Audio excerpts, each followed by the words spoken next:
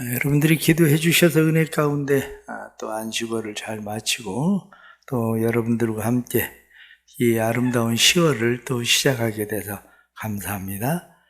이 10월이 또 주 안에서 복된 여러분들의 삶이 되길 주의 이름으로 축복합니다. 때는 페르시아 아닥사스다 왕 20년 BC 445년 때의 일입니다. 왕은 보통 여름에 여름 별장인 메대 앙메다 별장에 머물고 있었고 봄 가을에는 수산궁에 머물러 있었습니다. 느헤미야는 지금 수산궁에 머물고 있습니다. 그의 삶은 편안하고 안정된 삶이고 더 이상 부러울 것이 없는 그런 상황입니다. 왜냐하면 느헤미야는 지금 왕의 술 맡은 관원이 되어서 왕의 총애를 받고 그는 생활하고 있는 그런 때입니다. 대부분의 사람들이 한나라의 왕을 만나고 대통령을 만나는 것은 고관이 되어도 쉬운 일은 아닙니다. 더군다나 그때 당시에 교통수단이 발달되지 않은 때에 왕의 얼굴을 한번 보러 그 넓은 페르시아의 땅의 고관들이 왕을 뵙는 일이 쉬운 일이 아니었거든요. 그런데 그러한 때에 매일 왕의 얼굴을 보면서 왕과 가까이 지내고 있었던 느헤미야는 한마디로 크게 성공한 사람입니다. 그가 그냥 성공한 것이 아니라 당시에 왕의 술 맡은 관원이 된다는 이야기는 철저하게 그의 식견과 뿐만 아니라 통찰력 이런 것들이 배려됩니다. 왜냐하면 왕의 술 맡은 관원이 된다는 이야기는 왕의 술 친구가 되는 거거든요. 뿐만 아니라 아버지가 술에 의해서 독사를 당했다고 생각을 해보십시오. 그러면 얼마나 술 맡은 관원에 대해서 또 특별히 신경을 쓰겠습니까? 이러한 때에 왕의 술 맡은 관원이 되었으니 왕의 술을 친구가 되어주고 왕이 술에 취했을 때에 왕을 보호해주고 왕이 술에 취했을 때에 왕의 모든 허물들을 다 보게 되는 사람인데 그렇기 때문에 왕이 특별히 총애하는 신임을 얻는 사람이 되었습니다. 그런데 어느 날 느헤미야의 동생 하나니가 느헤미야를 찾아왔습니다.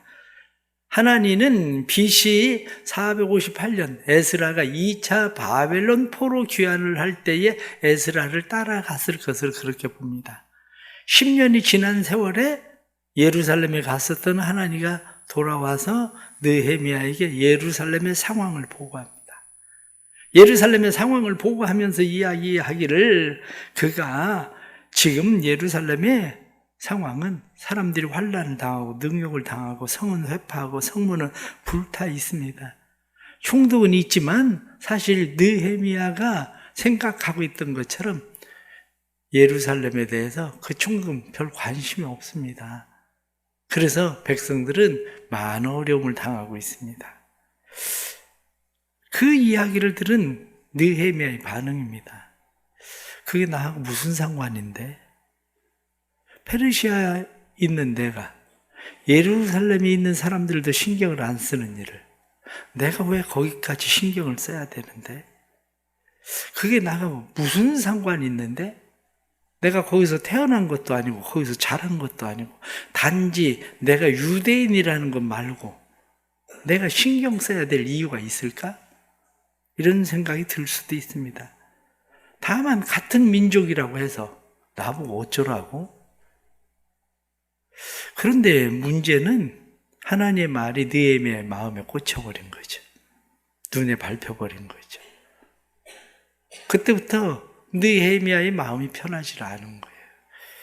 마음이 편하지 않으니까 예루살렘을 생각하면 마음이 아프고 눈물이 나고 나하고 상관없는 일인 것 같기도 한데 느헤미야는 예루살렘을 생각하고 애통하고 하나님 앞에 눈물로 기도하고 조상들의 죄를 자신의 죄로 여기고 회개하고 느헤미야의 생각은 예루살렘의 그러한 모습이 자기가 아무리 화려하고 좋은 궁궐 같은 집에 살고 있어도 마음이 아픈 거예요.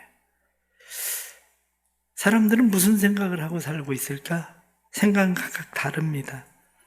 어떤 사람은 다른 사람의 일을 자기의 일처럼 받아들이는 사람도 있고, 어떤 사람은 심지어 가족의 일도 남의 일처럼 생각하는 사람도 있습니다. 남편과 아내의 일이든지 부모의 일이든지 자식의 일이든지 상관할 것 없이 어떤 면으로 보면 극단적 이기주의적 DNA를 가지고 있는 사람처럼 오직 자기만 생각하고 사는 사람도 종종 있습니다. 그런데 어떤 사람은 느헤미야처럼 세상 사람들이, 다른 사람들이 보면 참 오지랖도 넓다 이렇게 생각할 정도로 사는 사람도 있습니다. 파키스탄에 물난리가 난 것에 대해서 마음 아파하는 사람도 있어요. 아니면 우크라이나가 전쟁에 있는데 그 전쟁을 보고 본인이 그 전쟁에 참여하는 사람도 있습니다. 어떤 사람은 미얀마의 정부군이 헬기로 학교를 기관총 사격을 해서 아이들이 죽었다는 이야기를 듣고 마음 아픈 사람도 있고, 북한에 있는 사람들, 아니면 장애인, 유기견, 아니면 비둘기에게까지 마음이 가는 사람이 있습니다. 사람들마다 생각이 다른 거죠. 어떤 일에 대해서 그것이 멀리 있는데 나하고 무슨 상관이 있는가 이렇게 생각할 수도 있지만 그 일이 내 일처럼 마음이 아픈 사람도 있습니다. 그래서 무엇인가를 생각할 때에 우리는 나는 나만 생각하는 사람인가 아니면 다른 일들을 우리라고 생각하는 사람인가? 이 문제입니다. 얼마 전 코로나로 인해서 케냐에 굶주리는 사람들이 있다는 소식을 듣고 교회에서 그들을 돕기 위해서 바자회를 했었죠. 바자회를 통해서 그렇게 많은 수익금이 되리라고 생각하지는 못했습니다. 그런데 왜 많은 수익금이 생기느냐? 그만큼 그 일에 대해서 마음 아파 동참해 주는 사람들이 있기 때문이죠. 뿐만 아니라 미얀마 드림하우스에 대해서 제가 여러분들에게 영상을 보내드렸었죠. 그 영상을 보고 어떤 사람은 미얀마에 우리 드림하우스를 위해서 500만 원 헌금을 보내주신 분도 있습니다. 어떤 사람은 드림하우스의 유치원을 짓는 조건으로 땅값의 절반을 깎아서 1억을 본인이 손해를 보면서 땅을 내놓은 사람도 있습니다. 나와 무슨 상관인데 이렇게 말할 수도 있지만 마음이 아프고 안타깝고 나만 편하게 지내는 것 자체가 죄책감처럼 느껴지고 그래서 내가 죄인이라는 생각, 나 때문이라는 생각 때문에 회개하고 기도하는 사람도 있습니다. 그래서 어떤 사람은 수해를 입은 그냥 태풍을 만난 사람들의 현장을 뛰어다니는 사람도 있고 이 나라를 넘어서 세계 가운데 그렇게 돌아다니는 사람들도 있습니다. 국경 없는 의사회에 일하는 사람들을 보십시오. 그 사람들은 그렇게 공부를 하고 왜 자기 이 나라 안에서 편안하게 살 수도 있는데 왜 그들은 그 오지에 가서 그 고생을 하고 있을까? 그렇습니다. 이 나라를 넘어서 자신을 넘어서 다른 사람들을 볼 수 있는 것, 우리라는 마음, 공동체라는 마음, 그 마음이 사실 그리스도인들에게 주어지는 하나님의 은혜가 하나님의 마음입니다. 사람마다 한계가 있습니다. 거기까지. 사랑도 거기까지. 그 사람의 그릇도 거기까지. 관심도 거기까지. 거기까지 그 한계를 넘지 못하는 사람들이 많습니다. 한계를 넘지 못하는 것이 아니라 사실은 한계를 넘고 싶은 마음이 없는 거죠. 왜냐하면 그 한계를 넘는 순간에 고난을 감수해야 된다는 사실을 너무 잘 알고 있기 때문입니다. 대장간의 새가 변화를 가져오려면 불에 달궈져야 되고 두들겨져야 되고 변형이 일어나야 됩니다. 마찬가지로 때로는 고난이 자신을 녹여서 그렇게 만들든지 아니면 생각이든지 삶의 변화를 주는 과정들을 통해서 사실은 변형이 일어납니다. 그러나 그것을 받아들이기는 쉽지 않다는 거죠.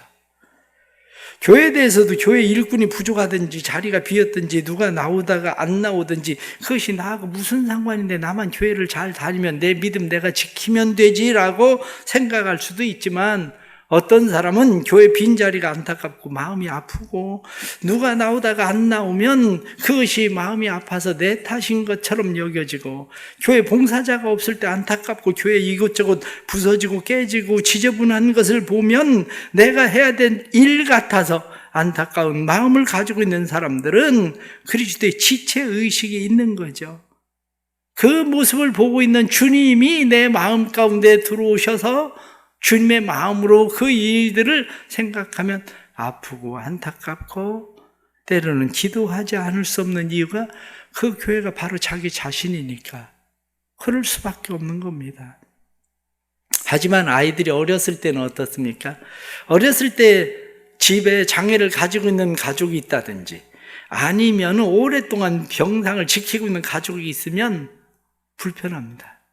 내가 차지해야 될 사랑, 정당한 권리, 그것을 빼앗기는 것 같습니다. 그래서 불편합니다.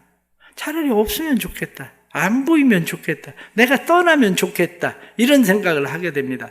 그러나 부모의 마음은 결코 그럴 수가 없습니다. 안타깝고 안타까워서 어쩔 줄을 모릅니다. 이것이 내 탓이라는 생각 때문에, 나 때문에 아이가 이렇게 되었다는 생각 때문에 어떻게 하면 좀 더 도와줄 수 있을까, 어떻게 하면 내가 좀 더 감당할 수 있을까, 책임을 져주어야 되는데 라는 안타까움이 그들의 마음 가운데 있습니다. 우리에게 중요한 것은 느헤미야처럼 나를 넘어가는 겁니다. 지금 나를 넘어서는 거, 단순한 공동체로서의 우리가 아니라 그리스도의 공동체로서의 우리. 가족들 중에도 우리라고는 말하지만 항상 핑계를 대고 가족의 일에 끼어들지 않는 사람도 있습니다. 개인주의 성향이 강하죠. 개인주의가 팽배한 오늘날의 시대 속에서 공동체 의식을 가지고 우리라고 생각하고 사는 일은 쉽지 않지만, 하늘에 계신 우리 아버지 이렇게 부르는 것처럼 하나님을 같은 아버지라고 부르고 있는 우리가 살아가야 될 삶의 양식, 그것은 나를 넘어서 우리라는 의식입니다. 교회는 하나님의 나라, 우리를 배우는 공동체입니다. 우리가 생각하는 우리, 그것은 때로는 집단주의적 이기주의일 수도 있습니다. 우리 가족, 우리 교회, 우리 정당, 우리를 힘쓰지만 사실 그 우리는 조폭들도 우리가 있습니다. 조폭들이 사용하고 있는 우리라는 의식, 다시 말하면 조폭 수준의 우리. 조폭 수준의 우리는 우리 조직을 건드리면 그냥 두지 않겠다는 거예요. 가차없이 응징합니다. 정치권을 보십시오. 조폭 수준을 넘어가지 않습니다. 조폭 수준에 불과해서 그 안에 그리스도인이 있든지 없든지가 상관이 없어요. 우리 조직에 해가 되느냐 득이 되느냐, 조직에 득이 되면 조직 안에 있는 누구든지 가차없이, 그게 바로 오늘날 우리 대부분이 가지고 있는 우리라는 생각입니다. 때로는 노예 안에서도 목사들끼리의 우리, 장로들끼리의 우리, 교회 안에서도 우리라는 편가르기. 때로는 교회가 그렇게 싸우다가 8,000명 넘는 교인이 지금 1,000명도 안 되는 교회도 있습니다. 도대체 그 수준이 어느 정도일까? 우리라는 수준이 조폭들이 하고 있는 수준을 넘어서지 않는 우리. 이런 일이 멀리가 아니라 교회 안에도, 가족 안에도 일어나고 있습니다. 느헤미야가 페르시아 안에 머무르고 있을 때에 그들의 집단에 왜 우리가 없었겠습니까? 느헤미야는 최상위 그룹입니다. 감히 다른 사람들이 상상하고 범접할 수 없는 힘과 권력을 가지고 있는 우리, 그들이 형성하고 있는 우리라고 하는 것이 얼마나 무서운 것인지 아십니까? 그런데 느헤미야는 최상위 그룹의 우리가 아니라 저 멀리 예루살렘에 헐벗고 굶주리고 폐허가 되어버린 사람들을 우리라고 생각합니다.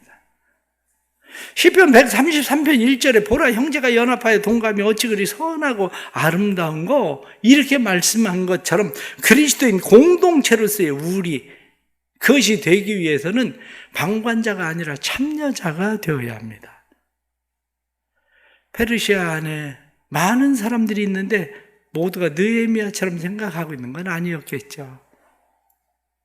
내 코가 석자인데 내가 언제 그런 일에까지 신경을 쓰겠어? 내가 이 자리에까지 어떻게 올라왔는데, 내가 지금 이 자리를 유지하기도 힘든데 내가 그런 일에 저런 일에 어떻게 신경을 쓰겠어? 라고 생각할 수도 있습니다. 하지만 우리가 초대교회를 생각하면 초대교회를 통해서 배울 수 있는 게 있습니다. 초대교회는 두 가지 예배가 있습니다. 초대교회에 대한 기록을 보면 하나는 말씀의 예배요, 하나는 성찬의 예배입니다.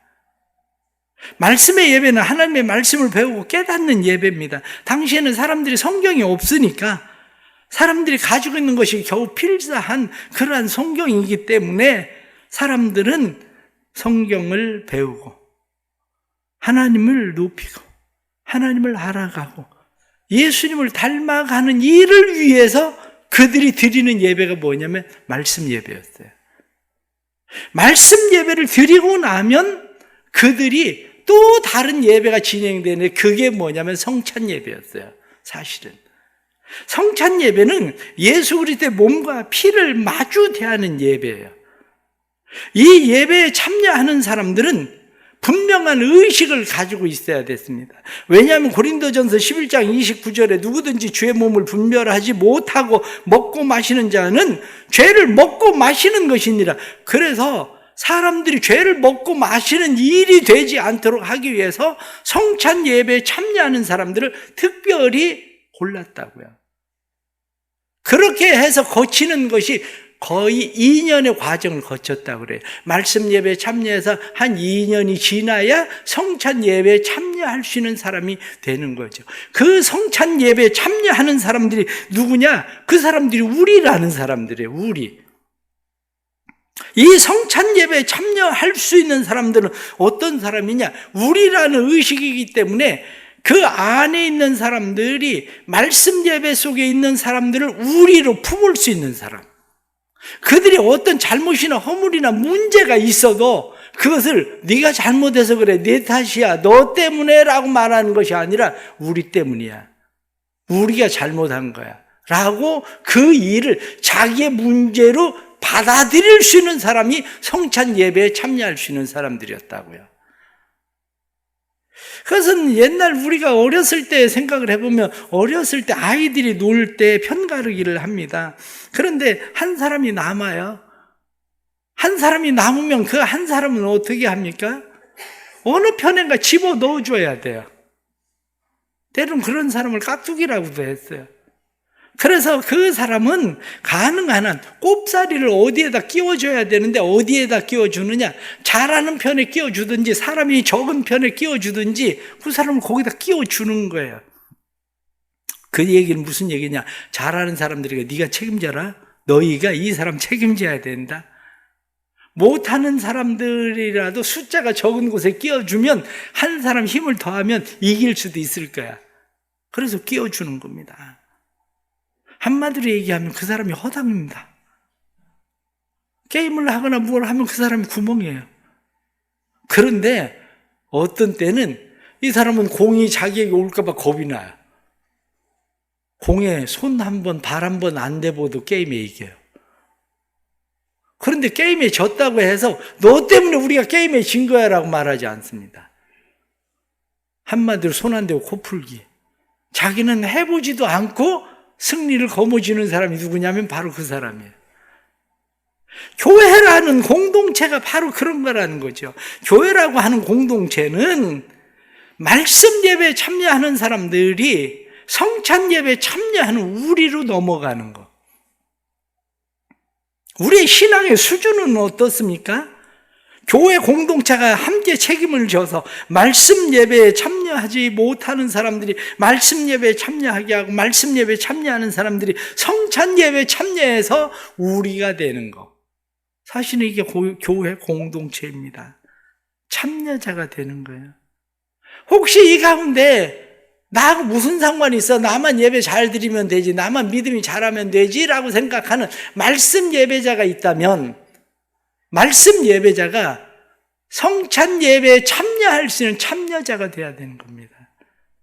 그래야 비로소 우리 모든 교회 일, 성도의 일, 이러한 일들이 우리라고 하는 내 책임, 참여의식이 생기는 우리가 되는 겁니다.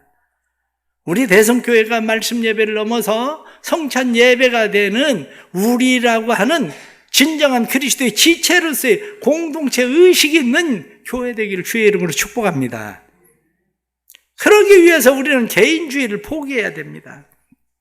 집단 이기주의적 우리가 아니라, 정당 집단의 우리가 아니라, 우리가 하고 있는 일들은 그리스도의 지체로서의 우리.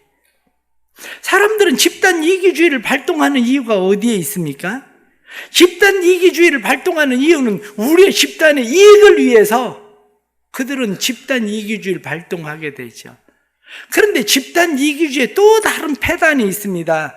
집단 이기주의의 또 다른 폐단은 우리도 안 하는데 너는 왜 그러냐 하는 거죠. 우리도 안 하니까 너도 하지 말라는 거예요. 우린 입이 없어서 말할 줄 몰라서 말 안 하는 건 줄 아냐? 우리는 하기 싫어서 안 하는 건 줄 아냐? 사실은 그 안에는 내가 하기 싫으니까 우리라는 이름으로 못하게 하는 거죠. 교회 안에도 세상 속에도 그런 일들은 얼마든지 많이 있습니다. 누군가가 올바른 소리를 하려면 그 사람에 대해서 우리라는 명목으로 가만히 있어, 이렇게 얘기하는 거죠. 누군가 선한 일을 티나게 하면 왜 티나게 그래? 그것을 멈추게 하는 거죠. 왜? 다 같이 그냥 악을 꿈꾸는 자들이 되는 겁니다. 왜? 그 사람이 선하게 하고 올바른 소리 하면 그 사람만 튀는 것 같고 나는 한마디로 잘못하는 사람 같으니까 그 일을 막는 거죠. 그러나 당시의 상황을 보면 느헤미야가 내가 예루살렘으로 가야 되겠다 생각했을 때에 사람들이 느헤미야를 곱게 보기만 했겠습니까? 왜 튀는데? 왜 너만 잘난 체 하는데? 네가 간다고 가면 그러면 누군가 따라가야 되는데 내가 따라갈 수도 없고 안 따라갈 수도 없고 가만히 있어. 왜 그러는데? 그렇습니다. 느헤미야의 시대나 지금의 시대나 비슷합니다. 그러나 느헤미야는 그 일로 마음이 아픈 걸 어떻게 하겠습니까? 눈물이 나는 걸 어떻게 하겠습니까? 사랑하는 성도 여러분, 그 마음이 어디에서 온 걸까요? 성경은 성령의 매는 줄, 성령의 하나 되게 하심. 교회가 왜 성령의 역사를 강조합니까? 교회가 성령의 역사를 강조하는 이유는 교회가 성령의 역사가 있을 때에 주님의 마음이 우리 안에 주님과 내가 우리라는 생각이 들기 때문입니다. 예수님이 낙구천한 이 땅에 오셔서 예수님께서 죄인된 나 같은 사람을 우리라고 주님이 받아주시고 임마누엘 하나님이 우리와 함께 하심이라 이렇게 말씀하시기 때문에 우리는 주님의 마음으로 우리라고 말하는 겁니다. 사람들이 다른 사람이 아플 때 울어주는 일과 좋은 일이 있을 때 함께 즐거워하는 일 가운데 어떤 게 쉬울까? 이렇게 이야기하면 마음이 아플 때 울어주는 일이 쉽다고 이야기합니다. 왜냐하면 누군가 마음 아픈 일을 만나면 동정심이 일어나요. 그런데 누군가가 잘 되는 일을 보게 되면 함께 웃어주는 게 아니라 배가 아프거든요. 그래서 함께 즐거워하는 일이 더 어렵다는 거예요. 그러나 다른 사람의 아픔에 동참하고 다른 사람이 잘 되는 일에 함께 칭찬하고 격려하고 함께 즐거워하는 것. 그것이 교회가 예배의 공동체를 넘어 성찬 공동체로 넘어가는 그러한 삶의 방식입니다.